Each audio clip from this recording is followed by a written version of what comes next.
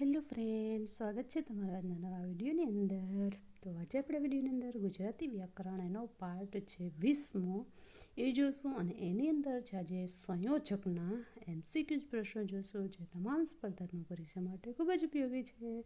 તો ચાલો આજના આપણા સંયોજકના MCQ પ્રશ્નોથી વિડીયોની શરૂઆત કરીએ. સૌથી પહેલો પ્રશ્ન, બે પદ સમૂહો અને બે વાક્યોને જોડવાનું કાર્ય ભાષાનો કયો ઘટક કરે છે? ઓપ્શન એ નામયોગી, ઓપ્શન બી સંયોજક, ઓપ્શન સી અનુગ કે ઓપ્શન ડી ક્રિયા વિશેષણ.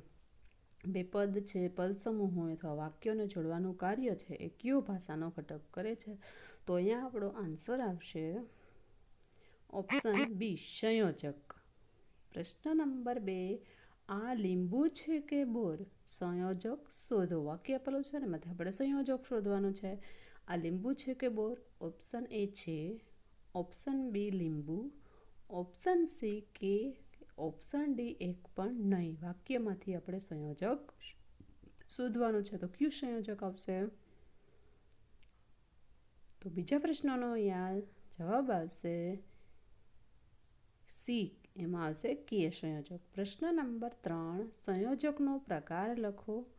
એમણે મને કહ્યું કે મારે એમને ત્યાં જવાનું છે. એ વાક્ય આપેલું છે ને, વાક્યની અંદર કયો સંયોજકનો પ્રકાર છે? ઓપ્શન એ શરતવાચક, ઓપ્શન બી પરિણામવાચક, ઓપ્શન સી સમુચયવાચક, ઓપ્શન ડી અવતરણવાચક. એમણે મને કહ્યું કે મારે એમને ત્યાં જવાનું છે, તો આ સંયોજકનો પ્રકાર આવશે અવતરણવાચક સંયોજક. પ્રશ્ન નંબર 4, રેખાંકિત સંયોજકનો પ્રકાર લખો. તેણે ખૂબ મહેનત કરી છતાં નાપાસ થયો. એક વાક્ય છે ખૂબ મહેનત કરી અને બીજું છે નાપાસ થયો. તો ઓપ્શન છતાં છે એ કયો પ્રકાર છે? ઓપ્શન એ સમુચયવાચક, ઓપ્શન બી કારણવાચક, ઓપ્શન સી દૃષ્ટાંતવાચક કે ઓપ્શન ડી વિરોધવાચક. તો વાક્યની અંદર કયા પ્રકારનું સંયોજક છે? તો આન્સર આવે વિરોધવાચક. એક બાજુ મહેનત કરે અને બીજી બાજુ નાપાસ થાય છે. પ્રશ્ન નંબર 5, એ થોડા મોડા આવશે, ખાલી જગ્યા રસ્તામાં ટ્રાફિક છે, તો કયું સંયોજક આવે?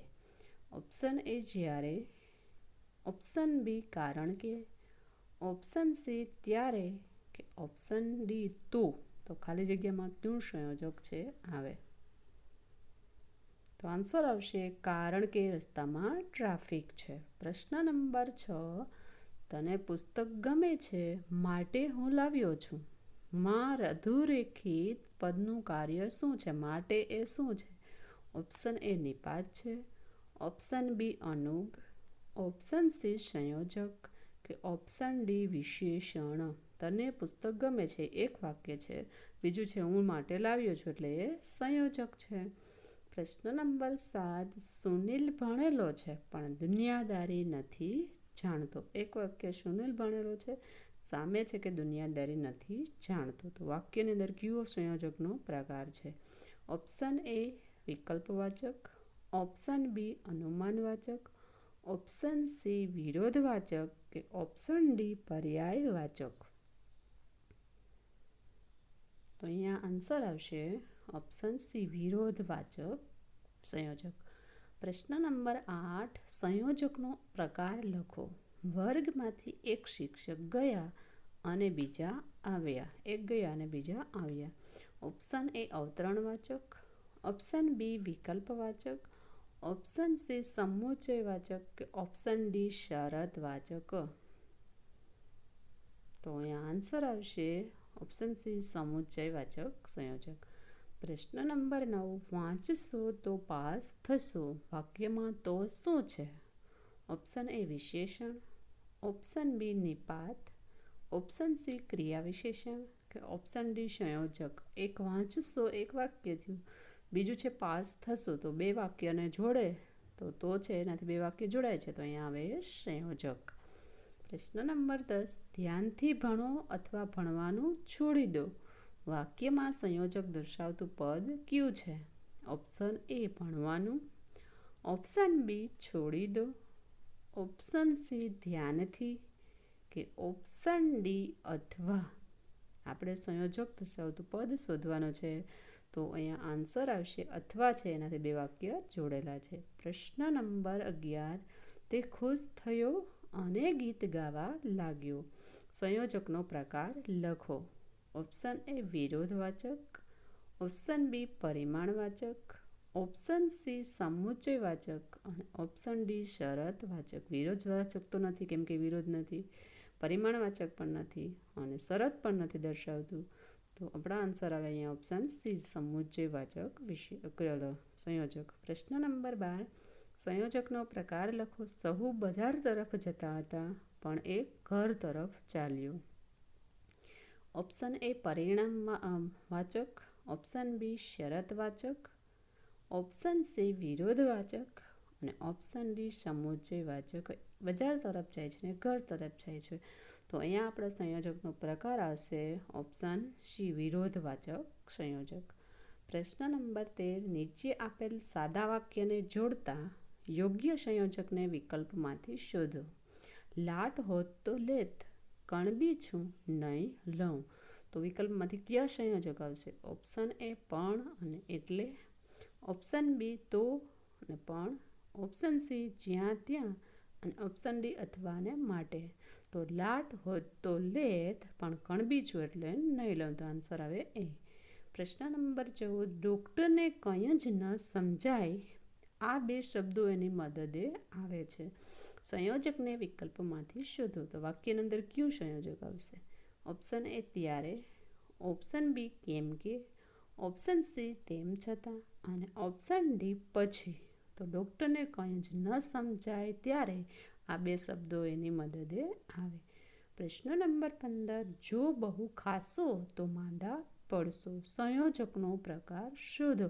જો વધારે ખાશો તો માંદા પડશો. ઓપ્શન એ વિરોધવાચક, ઓપ્શન બી સમુચ્ચયવાચક, ઓપ્શન સી શરતવાચક કે ઓપ્શન ડી વિકલ્પવાચક. જો અને તો છે એ વાક્યની અંદર આવે તો એ વાક્ય છે શરતવાચક કહેવાય છે. પ્રશ્ન નંબર 16, વેનિસનું સૌંદર્ય કે આ સૃષ્ટિનું સૌંદર્ય. સંયોજકનો પ્રકાર જણાવો. ઓપ્શન એ વિકલ્પવાચક, ઓપ્શન બી વિરોધવાચક, ઓપ્શન સી પર્યાયવાચક કે ઓપ્શન ડી પરિમાણવાચક. એક વેનિસનું સૌંદર્ય અને બીજું છે આ સૃષ્ટિનું સૌંદર્ય અને કે સંયોજકથી વાક્ય જોડેલા છે. તો અહીંયા આપણો આન્સર આવશે ઓપ્શન એ વિકલ્પવાચક સંયોજક.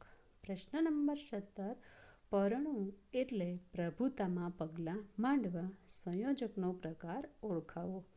ઓપ્શન એ વિકલ્પવાચક, ઓપ્શન બી પર્યાયવાચક, ઓપ્શન સી શરતવાચક કે ઓપ્શન ડી દ્રષ્ટાંતવાચક. તો વિકલ્પો તો આપેલા નથી એટલે એ ઓપ્શન નીકળી ગયો, શરતય નથી એટલે સી પણ નીકળી ગયો, કોઈ દ્રષ્ટાંતય નથી આપેલો એટલે ડી પણ નીકળી ગયો. તો આન્સર આવે બી પર્યાયવાચક સંયોજક. પ્રશ્ન નંબર 18, સંજયે ફટાફટ જવાબ આપ્યો કેમ કે તેનો અભ્યાસ સારો હતો. સંયોજકનો પ્રકાર જણાવો. ઓપ્શન એ પરિમાણવાચક, ઓપ્શન બી પર્યાયવાચક, ઓપ્શન સી વિરોધવાચક કે ઓપ્શન ડી કારણવાચક. તો પરિમાણ તો છે ને એટલે એ પણ નીકળી ગયો, પર્યાયવાચક કંઈ નથી અને વિરોધમાં પણ નથી. તો અહીંયા આપણો આન્સર આવશે ઓપ્શન ડી કારણવાચક સંયોજક. પ્રશ્ન નંબર 20, આપેલ વાક્યને યોગ્ય સંયોજકથી જોડો. પણ હવે બોલો. તમે શા માટે પૂછો છો? તો પણ હવે બોલો અને તમે શા માટે પૂછો છો એ કયા સંયોજકથી વાક્ય જોડાશે? ઓપ્શન એ તો, ઓપ્શન બી કે, ઓપ્શન સી ને અને ઓપ્શન ડી છતાં. તો અહીંયા આપણો આન્સર આવશે પણ હવે બોલો કે તમે શા માટે પૂછો છો. પ્રશ્ન નંબર 20, ભૂલે ચૂકે ફરીથી આવ્યો. છાતીમાં આ ટોટો જ સમજી લેજે. સંયોજકને વિકલ્પમાંથી શોધો. તો એ વાક્યને જોડવા માટે કયું સંયોજક વપરાશે? ઓપ્શન એ જ્યારે ત્યારે, ઓપ્શન બી જો તો, ઓપ્શન સી જ્યાં ત્યાં અને ઓપ્શન ડી પરંતુ. તો ભૂલે ચૂકે ફરીથી આવ્યો તો છાતીમાં ટોટો જ સમજી. તો બી આન્સર આવશે. અહીં વિદ્યાર્થી મિત્રો સંયોજકના આપણે મોસ્ટ આઈએમપી MCQ પ્રશ્ન જોયા, જે તમામ સ્પર્ધાત્મક પરીક્ષા માટે ખૂબ જ ઉપયોગી થશે અને એક્ઝામની અંદર એ વારંવાર પૂછાય છે. જો વિડીયો પસંદ આવે તો લાઈક કરો, ચેનલ પર ન હોય તો સબસ્ક્રાઈબ કરો અને અન્ય વિદ્યાર્થી મિત્રો સુધી શેર કરો. Thank you for watching.